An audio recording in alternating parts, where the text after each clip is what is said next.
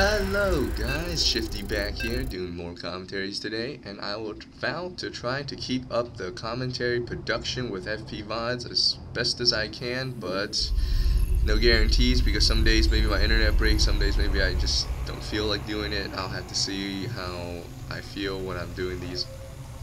Anyways, I'm just gonna continue doing these videos as best as I can, as soon as I can. I don't know why this is so laggy when I'm watching it and record, because I'm doing the audio thing and I'm watching it right now and it's really laggy.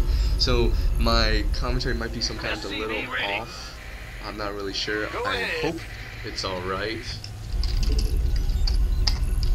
Okay, anyways, so TVZ on Lost Temple. I like this matchup and I thought this was a pretty good game. It's very interesting, no spoilers, but you know, it was a pretty cool game. And I just want to say that playing this on Lost Temple I really like it. It's really good for Terrans against Zerg because one, it's hard for Zergs to secure as many expansions as they want because one, they can take their natural easily. You can take every natural easily, but the second expansion is going to be a little difficult. You could take the gold expansion, which could be held if you have enough units and you spread the creep tumor far enough, but anything else it requires you to take another base. And taking another base makes it easy for the Terran player to harass with any drops, any air, anything like that, and it would just really make the Zerg player dislodge his units, make them out of place. Anyways, that's just how this map is, and fantastically for any Terran player has got to love this is Lost Temple, which means of course those ledges, those fantastic little things you could just stand on and just go bang bang with those tanks, and they're just unstoppable. They're annoying against Protoss, annoying against Zerg. It's just so annoying because Zerg, what can you do? Because you have to get Mutalisks, and if you get that tank up there fast enough, it can just do a lot of harass while building up one's economy, and that is what you want to do in any matchup. You want to hurt the other economy while building your economy. And look at this guy, I just bangling all in. That's great, you know, it's not really great and fantastic letting a player know that all you can do is bangling and bust. So that definitely helps my confidence, although I really wasn't that worried in the first place. I know that my record against Zerg is generally pretty well. It's not, I mean, it's been going pretty well for me against Zerg. I haven't had too many problems. It's just against Protoss mostly. I just don't know how to counter that. Counter the builds. I just don't know how to do. How are you supposed to stop it? I just have no idea. So anyways, back to this game.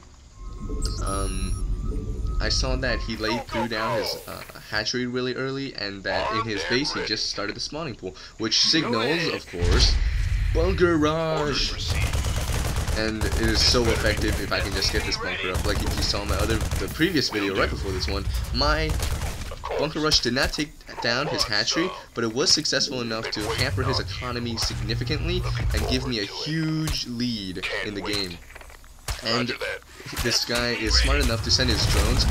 It's gonna be a little post game, but a little post. But this guy, he sent his drones out after he saw me send my SCV and a Marine, so he knew what's up. I mean, he's got some game sense. He knows that I was sending my SCVs, Marines to set up that bunker, and he put out his drones, which is the right thing to do. But it is no longer that easy in StarCraft 2 because in StarCraft 1, those drones spit that acid thing like bleh, bleh, and you just can't go that down as easily. You can't do that in StarCraft 2. They pincer, so they don't have that extra range on the Marine. So even though they can outrun the Marine, they can't hunt it down, which is the most beneficial thing about how I got my bunker up. And he didn't.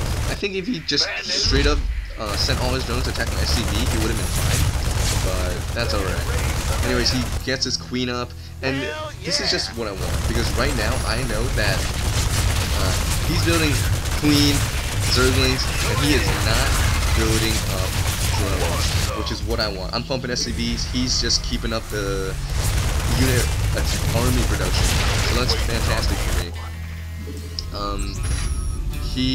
What is going on? This is so laggy for me, sorry guys. I'm watching like 2 frames. Okay, so he takes out my bunker. Yeah, he takes out the bunker, and I don't take out his hatchery, but I did do a lot of damage. I took out his first wave of units, and now, if you notice, I'm pumping out Helions because my plan is to go mech, which is very good against Zerg. if you saw that, what was it, Silver versus Hydra game, Mech is really good, and it is hard for the Zerg to counter unless the Zerg knows exactly what he's doing. But if Thors, Helions, and tanks are just almost unstoppable. The only thing is you don't have very many of them because they take so much gas. I think the best way to counter them is to just hit them straight up. Anyways, I have 2 Helions, and I have upgraded the Infernal Flame. I think that's what it's called, I'm not really sure. But that means it does, each burst does 24 damage, and if you 2 Helions can one-shot any of those light Zerg units. So I wasn't able to successfully just bring it to the drone line, but if I could, I would have just ended the game right there. There would have been nothing he could have done. Anyways, 2 more Helions coming up. You saw I threw down my armory. So I'm just getting out my second factory and I'm just pump out my first Thor, and a few units, and then I can just hold off my expansion while I expand, and while I attack him, there's little he can do. So anyways, he is trying to set off this wall, I guess. It's not working very well. There's a huge hole in the wall with the evolution chamber and the spine crawler. But anyways, when I sent my Helions in, I saw his natural had very few drones, which only means good news for me, because he is very behind in economy. He's got little he can do. So that just means that right now, I'm not very pressured to do anything. It's not like he's got many expansions up and it's my game to lose. So that's very good for me, very beneficial. And oh yes, my frame rate's fixed! Alright, so now my commentary should be dead on. He is... Where is this? Let me wait for a few seconds. Okay, anyways, he is just building marines. I mean, not marines. He's building Zerglings still. So Zerglings versus Thors are just gonna get wrecked, especially if he could throw in a few Helions, because the Helions 2-shot the Zerglings out, and I'm upgrading +1 weapons, so that's only looking good for me. The only problem is that if he expands, I need to take him down as quick as possible, because if he gets an expansion, a third up, then I am going to be behind, and then he can just overwhelm me with the Swarm. Yeah. SCV ready. Anyways, there's not much to do right now. Instead, it's just to build up the army, and I'm stopping the harass my Helions because I don't want to have to lose them. And oh man, my screen just turned black. Is it still working? Yes, it is. Oh, it's so laggy. What is this? Oh. Fix it. Okay. Alright, I'm handy metal. Anyways, back to the game.